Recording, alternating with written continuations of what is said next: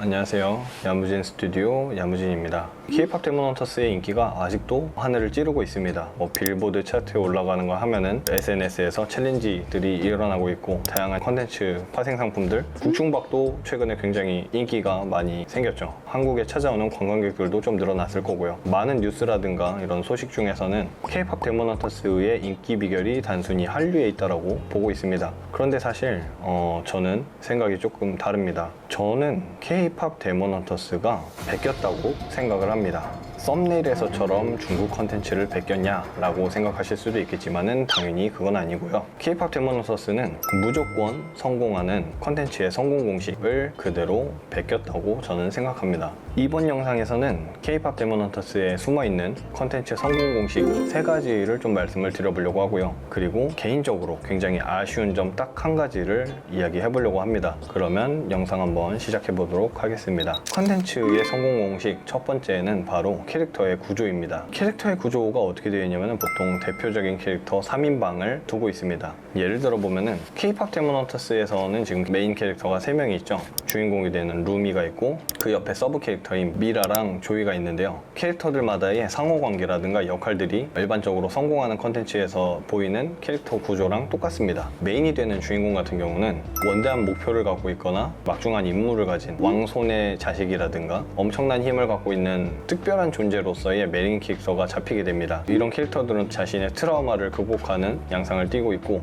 조력을 받으면서 성장하면서 목표를 달성하는 역할을 띠고 있죠. 그리고 이렇게 메인 주인공을 같이 따라다니면서 조력을 해주는 서브 캐릭터, 그 중에서 이제 첫 번째 서브 캐릭터 같은 경우는 사실 주인공보다 능력치가 더 좋거나 강한 경우가 많습니다. 이런 캐릭터들이 굉장히 진중하고 실력이 있으면서 메인 캐릭터의 방향성을 같이 잡아주는 가장 힘 있는 캐릭터로서 역할을 하고 있고요. 두 번째 서브 캐릭터의 경우는 일반적으로 약간 개그캐의 역할을 좀 하고 있습니다. 그러면서도 이제 주인공을 굉장히 잘 보살펴주거나 도와주는 역할을 하게 되고 있어요. 이런 3인방 구조는 제가 썸네일에서도 담았지만은 삼국지에서 유비관우 장비를 보통 예를 들 수가 있겠고요. 현대에 나와 있는 컨텐츠 중에서도 예시를 들면은 해리포터 그리고 헤르미온느, 론 이렇게 3인의 관계를 좀 예를 들 수가 있겠고 반지의 제왕에서도 마찬가지죠. 메인 주인공인 프로도 그리고 그랑 같이 다니는 샘 그리고 또 한 명은 약간 이제 개그캐라고 보기에는 좀 어려울 수는 있지만은 골룸이 같이 따라다니고 있고요. 반지의 제왕에서 이 3명 말고도 또 다른 3명이 있죠. 아르곤과 레골라스 그리고 김리 같은 경우가 있습니다. 이 셋의 관계도 자세히 보면은 아르곤이 보통 이제 왕의 자손으로서 역할을 하고 있고 레골라스 같은 경우는 활을 굉장히 잘 쏘고 김리 같은 경우는 방금 전에 말씀드린 것과 같이 좀 개그캐 역할을 하면서 주인공을 돕는 역할을 하고 있습니다. 이게 이제 실사 영화뿐만 아니라 애니메이션에서는 겨울왕국 그리고 진격의 거인, 나루토, 귀멸의 칼날도 마찬가지고요. 포켓몬스터와 같은 애니메이션에서도 이런 동일한 캐릭터 구조가 설정이 되어 있습니다. 캐릭터 구조에는 꼭 이렇게 대표적인 캐릭터 3인방이 있을 뿐만 아니라 서브 캐릭터가 거의 항상 같이 있는 경우가 있는데요. K-POP 데몬헌터스에서는 당연히 뭐 사자 보이스가 물론 떠오르기도 하겠지만은 제가 말씀드리고 싶은 거는 호랑이, 더피랑 까치, 서시 같은 경우가 그 역할을 하고 있습니다. 보통 이런 캐릭터 같은 경우는 친근감 있거나 마스코트 캐릭터로 나타나는 경우가 있는데요. 뭐 대표적인 예로는 당연히 포켓몬스터에서 피카츄라든가 그 외 포켓몬들을 예로 들 수가 있겠고요. 실사 영화 중에서는 스타워즈에서 R2D2, C3PO 혹은 츄바카와 같이 로봇이라든가 약간 말을 제대로 못하는 캐릭터들이 사람들이 봤을 때는 저거 되게 귀엽다, 저 캐릭터 되게 특징 있고 매력 있다라고 들 수가 있겠죠.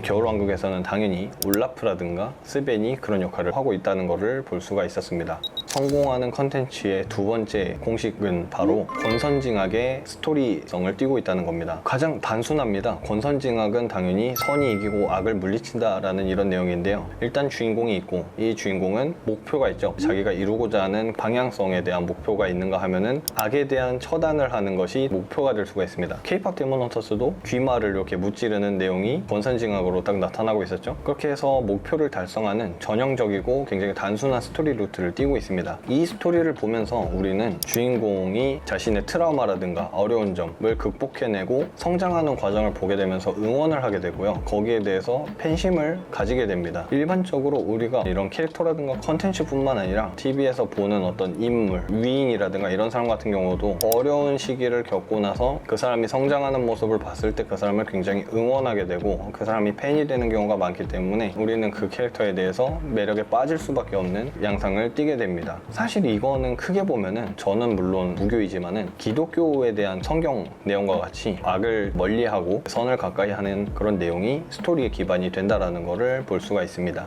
마지막 성공하는 컨텐츠의 공식 세 번째는 바로 원소스 멀티유즈의 전략을 띄고 있다는 겁니다. 원소스 멀티유즈가 어떤 뜻이냐면요, 하나의 컨텐츠로 인해서 또 다양한 컨텐츠로 파생되는 그런 전략을 뜻하고 있는데요, K-POP 데모너서스 같은 경우도 마찬가지죠. 이것이 하나가 뜨게 되면은 이거에 대한 캐릭터 상품이 뜰 수도 있고, 굿즈가 판매되거나 인형이 판매되고, 그리고 게임으로 다시 제작되거나 드라마화되거나, 혹은 뭐 웹툰이 되거나 테마파크가 되거나, 혹은 영화상에서 나왔던 관광명소가 되게 유명해지는 그런 등등의 역할들을 하는 게 바로 원소스 멀티유즈라고 볼 수가 있겠습니다. 이거를 굉장히 잘한 사례 중에 하나는 바로 닌텐도의 포켓몬스터를 가장 큰 예로 저는 들 수가 있겠는데요, 포켓몬 같은 경우는 어린이들이 채집하거나 수집하는 거에 대한 그거를 관찰하고 나서 만든 애니메이션이라고 하죠. 국내의 대표적인 사례로는 당연히 티니핑 같은 거를 예로 들 수가 있겠죠. 이 캐릭터들 다 모아야지만 뭔가 만족할 수 있는 것 때문에 여러 어른들의 지갑을 털은 컨텐츠가 되지 않나 싶습니다. K-POP 데모너서스에 나오는 어떤 아이템, 그리고 거기에 대한 명소들,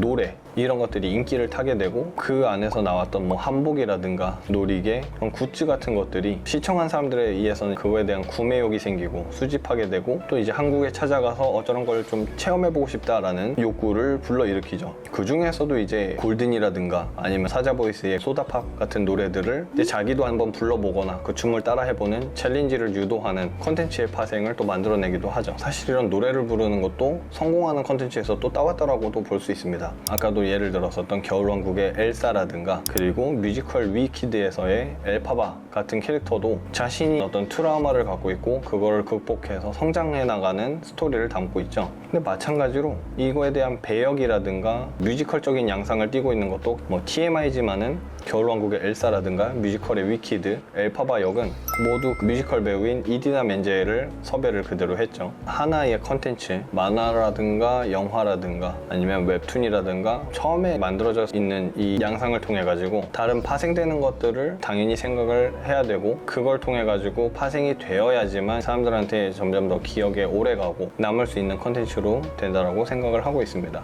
마지막으로 제가 이 K-POP 데모너서스를 보면서 아쉬운 점이 딱 하나 있었는데요, 그거는 바로 이 K-POP 데모너서스가 한국 애니메이션 제작사를 통해서 만들어지지 않았다라는 부분이 제일 아쉬운 점입니다. 물론 우리나라에 이렇게 찾아오거나 관광객들이 늘어나고 관심을 가지게 되는 이득을 보는 것은 있지만은, 제작이라든가 배급하는 곳, 그리고 OTT는 대부분 다 한국 회사가 아니라 다 외국에 있는 회사들을 통해서 만들어지고 파생됐다는 것이 좀 아쉬울 따름이고요. 그리고 그거를 제작하는 사람들 같은 경우도 한국인이기도 하지만은 그런 인재들이 해외에 나가서 이거를 만들고 있다는 거는 굉장히 아쉽다라는 생각이 들었습니다. 국내에서 이런 컨텐츠 제작에 대해서나 아니면 그런 시장에 대한 관심도나 투자 방향이라든가 이런 것이 좀 시장이 작다라는 그런 아쉬움을 좀 많이 갖게 되고 있어요.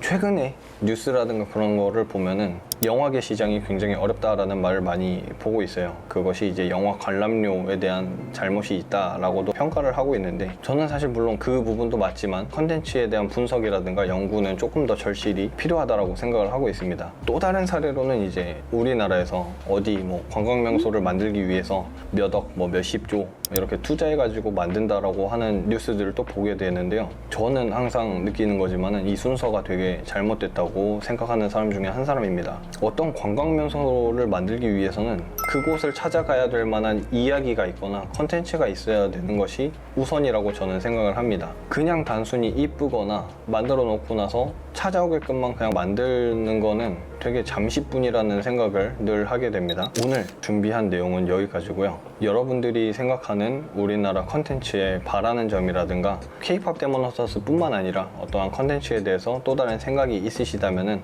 언제든지 댓글을 통해서 소통을 할 수 있었으면 좋겠습니다. 다음 영상에서는 K-POP 데모너서스가 아니라 이렇게 컨텐츠를 제작하는 분들 입장에서 스토리를 짜고 싶고 소설을 쓰고 싶은 분들이라면 좀 도움이 될 만한 그런 내용을 한번 좀 준비를 해볼 테니까 많이 기대를 해주시면 좋을 것 같습니다. 이번 영상도 시청해 주셔서 감사드리고요. 다음 영상에서 한번 뵙도록 하겠습니다. 감사합니다.